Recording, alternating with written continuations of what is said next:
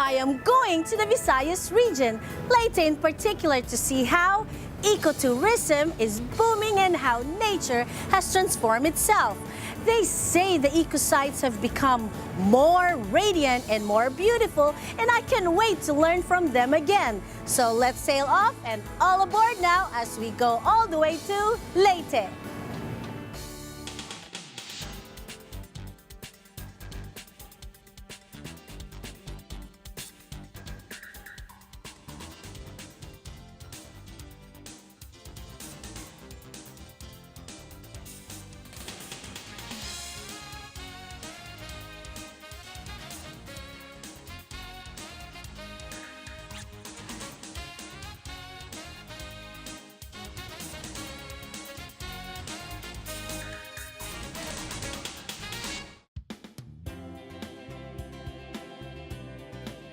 An island in the Visayan region, Leyte is subdivided into two provinces, Northern Leyte and Southern Leyte, and composed of two major cities, Tacloban City on the eastern shore at the northwest corner of Leyte Gulf, and Ormoc City.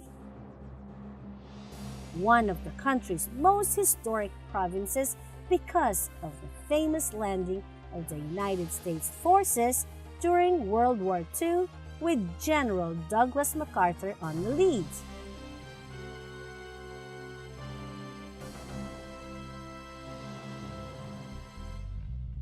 Leyte, throughout history, has experienced countless ups and downs, more so with the forces of nature, especially with Typhoon Yolanda.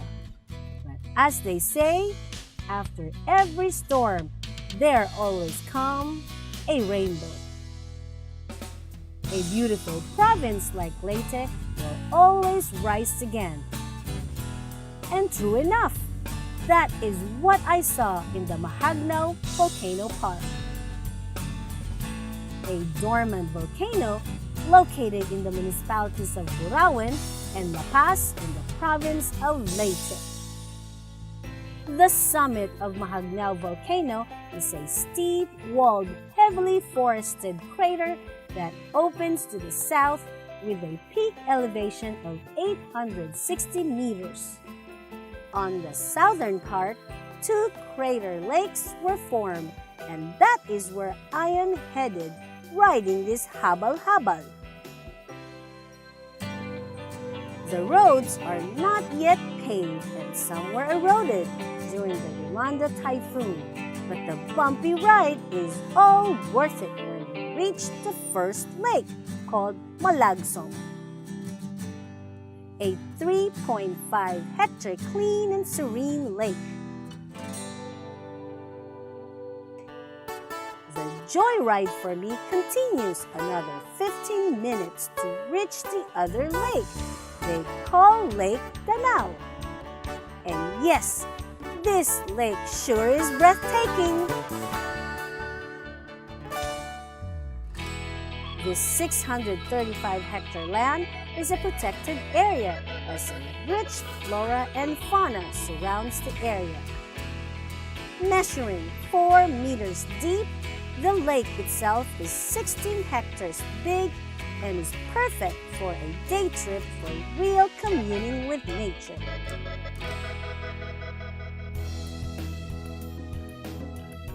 I continued going around Leyte, but I had to stop at this well-loved house in Carigara town. Known for its delicious pastillas and the balinsasayaw birds, who has made this whole room their home. Owned by Lumen Inero, she says she has given this entire room to these birds and has existed co-peacefully with them for more than 10 years. Leyte is home to other lakes, and it was a surprise for me that another Lake Danao in Ormoc existed. What a peaceful and relaxing experience here in Lake Danao, considered as one of the hidden wonders of Ormoc. This lake is an important source of potable water of the nearby towns as well as Tacloban City. Protected by a group of youth called Bugsay Group. You are the president of Bugsay. Yes, ma'am. Now, first, let us know what Bugsay means and what is the organization all about. Bugsay organization is barangay organization that will guide, serves, and accommodate you. And nag-ano po kami dito sa Lake Danao for tour guiding, tour around the lake, then guiding for kayaking activities. Lake Danao Natural Park is 148 hectares po, ma'am. Ang makita natin dito sa tubig sa lake po, ma'am, is marami po. Tilapia, fishes, karpa, then eel, known as the local term, kasili po, ma'am. Formerly known as Lake Imelda, it was later renamed as Lake Danao and is now a protected area as the lake supplies potable water to at least 7 towns in eastern Leyte. Do you see any threat to Lake Danao, yung as far as your organization is concerned? Illegal farming dito sa lake, ma'am. Pumuputol sila ng mga kahoy for malapit lang dito sa lake. Meron po kaming cleanup drive and tree planting dito sa yes, that's Lake Danao. We have a campaign called One Tourist, One Tree. Yes, ma'am. Siguro mas maganda siguro kung halimbawa sa mga bisita na mga dumadating dito, if you allow them or recommend that they plant 1 tree for every 1 person, at least all year round nakakapag-plant tayo. Going around Ormoc, I found a resort who provided temporary shelter to some birds affected by the Typhoon Yolanda. Our wildlife is only for poster. Now we are tied up with the DNR, which is they are the on the side of the government that help us to protect also the this kind of the birds. Now they are taking care of these feathered animals with the hope of bringing them to a bigger sanctuary and even releasing them in the wild. So nasira lahat yung mga cages, lahat. In fact, mayroon kaming 4 or 6 na hornbill, we call it akalaw, na namatay during that Typhoon Yolanda. As of now, we have like 8 of those species, but they are still young. So we keep them for a while until time will come that we can release them or give to the DNR or how will DNR. Yeah. Going back to Palot Leyte, I stopped by the Leyte Golf and Beach Forest to plant mangroves, which protected the town and the people from more harmful effects of the typhoon surge caused by Yolanda. Look at these mangroves! They're beginning to grow. This is part of the overall rehabilitation of mangroves in eastern Visayas that were ravaged by the super typhoon Yolanda in November of 2013. Hundreds and thousands of mangroves will still be planted as mangroves serve as buffer zones and protection from storm surges. Mangroves, which are extensive types of trees, grow in saline coastal sediment habitats. Not only are mangroves forests vitally important to coral reef and commercial fisheries as well, but they protect shorelines from damaging storm and hurricane winds, waves, and floods which saved millions of lives during the Typhoon Yolanda. Now, as my day ends, I just had to make a quick detour to see the longest bridge in the Philippines, the San Juanico Strait, with a length of 2 kilometers. It bridges the islands of Samar and Leyte together.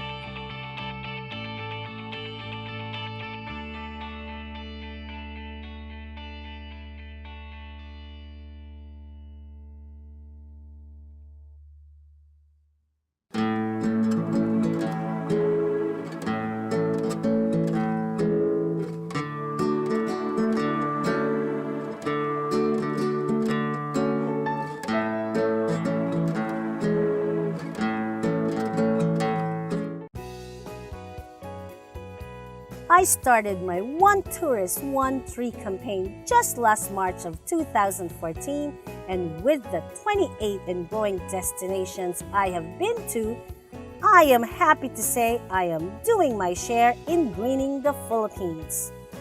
To mitigate climate change and all other environmental problems our country and the world is facing, the Philippines is now doing a national greening program that aims to plant 1.5 billion trees in 1.5 million hectares by 2016.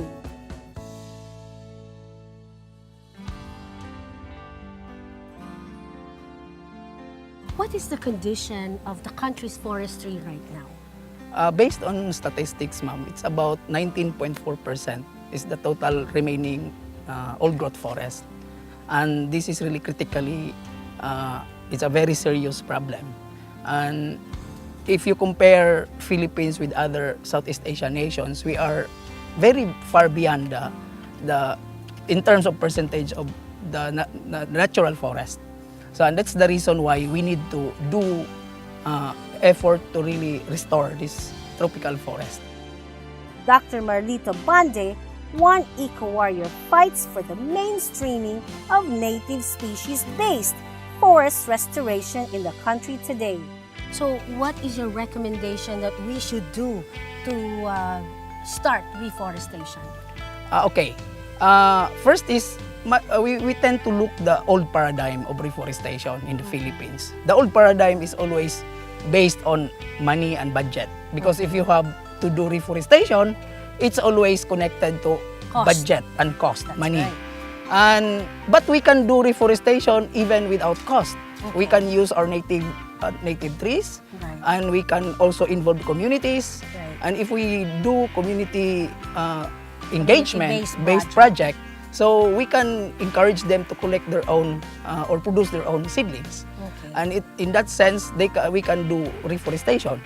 Second, the government is always tied on the area and also the timber, based on the species timber, of, the species and the timber quality of the plant or the species. But we tend to neglect the ecosystem services, Okay. the water that this forest provide us, even the oxygen, no? And even maintaining soil fertility. These are very even priceless compared to timber quality.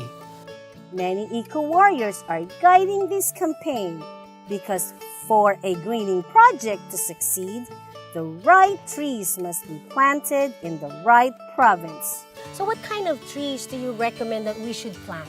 We normally recommend those native in that particular area. So indigenous to the area. Yes. We need to look the source of the or Of the make some indigenous. assessment. Yes. Okay. What are the mother trees that are still existing that we can produce or propagate seedlings, from the community. And then, of course, we need to involve the community. We can reforest by just looking into the ecosystem services. He campaigns for the Philippine forest to be replanted using native species. Where do you recommend the seedlings should be coming from? Normally from our fragmented forest, because we have still a lot of fragmented forest that we can get seedlings or identify the mother tree, Okay. and then we can propagate the seedlings. Using native trees that is local to the island will always ensure a higher survival rate. Ano po itong mga to? Ito yung mga dipterocarps or mga lawaan Yes. na nag-ano kami ng mga experiment, kasi yung normally yung recommended na polybags for seedling production is 4x6. Kung 4x6 yung polybags, nagko-coil na yung roots sa ilalim. Okay. So if we tend to like this is a dao. Okay. But kung tingnan natin dito sa Ayun na yung mga ugat no, niya. ito na yung mga ugat. And then makita natin na nagko-coil na yung mga ugat diyan. So Ayan na siya. hindi well-developed yung primary roots. So Okay. sa ngayon, mayroon tayong Yolanda, very strong yung typhoon. At saka yung mga dipterocarps, they are very tall like this, no? Okay. Straight ball. So kailangan talaga na mayroong Magandang magandang primary roots. So yung ginawa namin ngayon sa research namin, ano yung pinaka-optimum na Way that root, you can do that. yung length ng roots na maitanim mo yung dipterocarps doon sa marginal areas or reforestation areas. Okay. So ito na yung ginawa namin kasi walang available na polybags Na na mahaba. mahaba. So ang you ginawa use the namin is bamboo. bamboo. And this will be for a year. Para So 1 year na nandito siya Oo. para yung roots niya humaba. mayroon kaming apat na treatments. Okay. Ito ay forest soil, no? Forest soil. Forest soil, Okay. ito yung clay, Okay. ito yung alluvial, at Okay. saka ito yung ginagamit namin na yung pating medium. Na mayroon So 4 different kinds. Yes, 4 different treatments. Working with the local communities to restore the uplands using planting schemes that integrate native species is also a key to the greening success. We should really look into the involvement of the community. So we tied up reforestation with the supply of water. Like one community here in Baybay, they are within the watershed, so that the upper part of the watershed.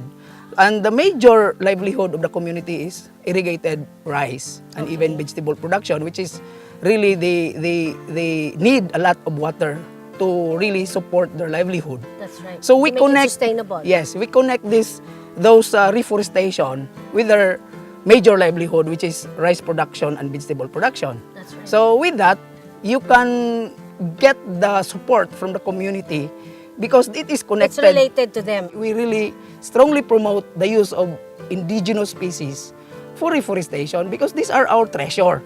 So with this treasure, we need to conserve this. And second, this is also for the good of the next generation. And then there is always connection with our biodiversity conservation.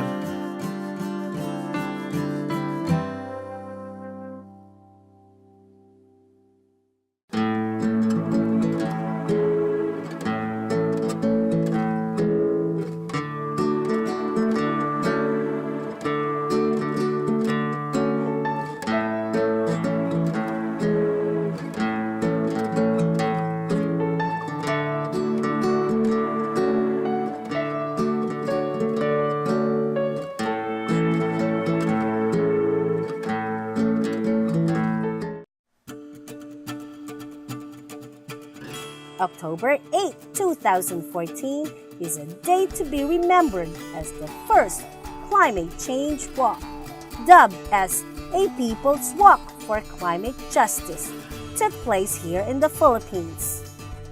Ang climate change po ay napakaseryosong problema. Ito sa matter of survival for many of us. And ito po ay importanteng tugunan ng ating lipunan at ng buong mundo.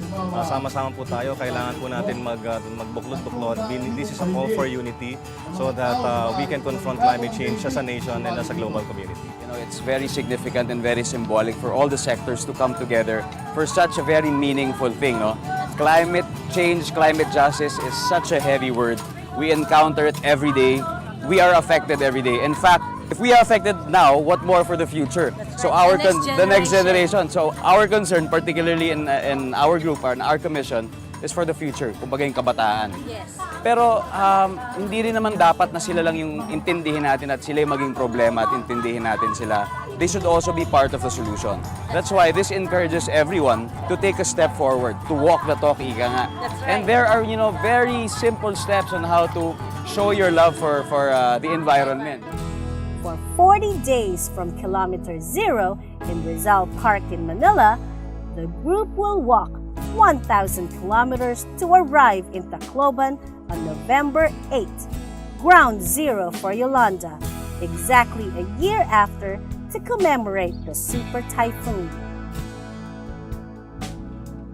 Naitaas yung ating clarion call for urgency pagdating sa climate change so that the governments around the world and corporations and everybody else can address this problem. People from all walks of life called on the government and everyone to change, to save the country from the harsh effects of climate change. Reduce, reuse, recycle. That's right. siguro walk instead of riding or driving. Yes. Meron pang, syempre, of course, hindi mawawala yung pagplant ng trees, but of course, Yes. in designated areas. Hindi Yes. naman ko pwede kung saan-saan lang. Yes, yes, Diba? At saka Commissioner. syempre, yung mga gaya ng iwas ng plastic, etc. There are lots of ways. Like Commissioner, in our show, we have a campaign called One Tourist, One Tree. Is that something that you can adapt sa NYC? Oh yeah, in fact, we have something existing, which is like 1 million trees for a certain number of years, like Okay. until 2016. So we're working on that. Well, we have to start walking the talk, and this is really the first step That's for right. us to be able to do something and address the problem of climate change.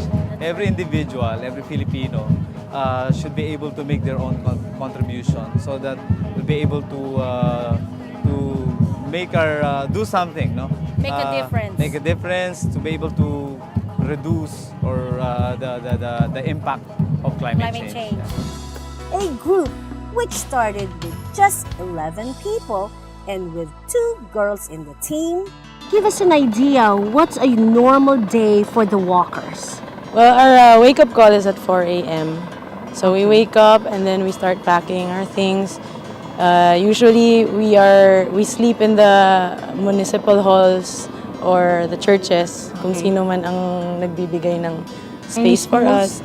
We also sleep in classrooms. Okay. So we wake up at 4 and then have breakfast by 5 and then we start walking at 6. So then we walk and then we have lunch and then maybe the walk ends around 3 p.m. 3 p.m. Depending on the kilometers we have to cover. So sometimes it's 30, sometimes it's 40 kilometers. Right. How about food and water? What's the source of food and water for everyone? Well, there are donations from the LGUs, from the local LGUs and the churches. They were met by different people in each province they stopped to rest. But most people on the ground, they relate climate change to their livelihoods. Like you'd hear people say that, yes, we know about climate change because the sea level used to be like 60 feet away. Now it went it's up here, closer. they're really close. Para ipakita din yung suporta sa adikain nila ni Yeb na matulungan din yung mga tao maipabot yung mensahe about the climate walk, climate justice. They spoke and talked with farmers, fisher folk, leaders, and youth about the effects of climate change. Sa paglalakad natin, hindi natin malalaman kung anong naging effect yan sa puso't isipan. Kaya nga lagi namin sinasabi, Tacloban is not our destination. That's right. Our destination is the hearts and minds of people. The effects of climate change is real. Never imagined that people would walk far distances for a certain It's a very advocacy. good turnout. Exactly. We were surprised that people would know, like for example, we'll be in one town, then people from that town would start to text and to send messages to people from the other town. So they would be waiting for us outside their homes, and kids would be lining up along the streets waiting for us and waving at us. As they walk all the way from Manila, Laguna, Batangas, Quezon, Camarines Norte, Camarines Sur, Albay, Sorsogon, Northern Samar, Samar, and Leyte. We're not the same people that started out in Luneta. We really got to get in touch with with the people in the grassroots level. We got to see firsthand what their situation was, what their attitude towards life. Students are the most receptive audience we found. That's right. It's our future. Kinakailangan sa day-to-day life natin, may nagagawa tayo, kahit kunti man lang, pero at least may nagawa ka. Tulad ng paglalakad, malaki na yung tulong, di ba? Yung carbon footprints, wala ka na ibigay. At saka, isa din sa pagsasama ko sa paglalakbay ito, kasama ko rin yung wooden scooter ko na ipinapakita ko sa mga kabataan na makatulong ito pang punta ng school nila. At saka, hindi na kailangan bibili ka pa ng mahal. Importante na kung ano lang yung ma-utilize mo dyan sa paligid na magamit mo, na makatulong sa'yo, na nakasave ka sa nature, yun ang pinaka-importante sa lahat. The 40-day walk ended in one of the biggest mass grave sites in Tacloban, where more than 2,000 victims of Yolanda were laid to rest. How about the farmers? Have you heard any sentiments or any comments coming from the farmers industry? But the farmers are the ones who were saying that climate change has affected them thoroughly and big time because there used to be certain seasons of the year for their crops, for their plants, but nowadays that doesn't prevail anymore. There are a lot of times when they're ready to harvest and an extreme rain would come, would flood their fields. Specifically in Camarines, Camarines Sur, and also in Albay. The farmers would tell us, they would show us the fields. These fields were never flooded when we were young, but today, every time it rains, It's flooded. the flood doesn't just, the water doesn't just flood the fields, but also the streets and their homes. The Climate Walk hopes to awaken every Filipino to take their own action on climate change.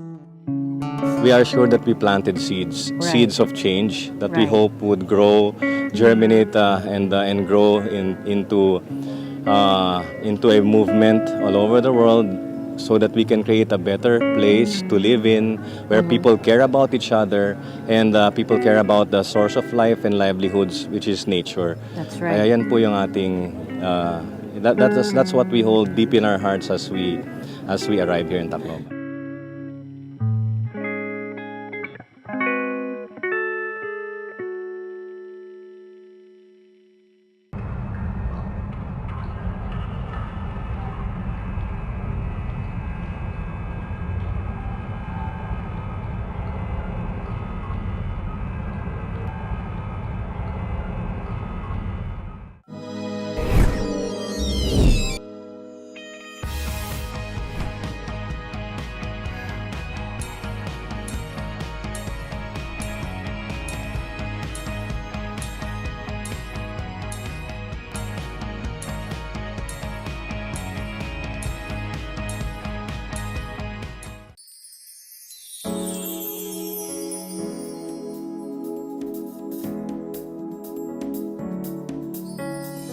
Leyte is one breathtaking island in Visayas that offers a complete outdoor experience for all the nature lovers. And with what nature has done and taken from them, nature will give it back. And when it does, it will be more. Nature has been our best teacher of survival, and if not for the mangroves that protected most towns from storm surges, the devastation would have been much bigger. It was lesson learned to respect nature, and thus it has become their way of life here in Leyte to protect the mangroves. Continuously plant mangroves for their protection from future strong winds and destruction. I'm Ruby, reminding you to plant more trees. Go beyond our One Tourist, One Tree campaign by planting a tree. Mangroves, bamboo, or even corals on special events such as your birthday, anniversaries, or even a pay raise. Giving back to nature will ensure us of safe today, tomorrow, and the future.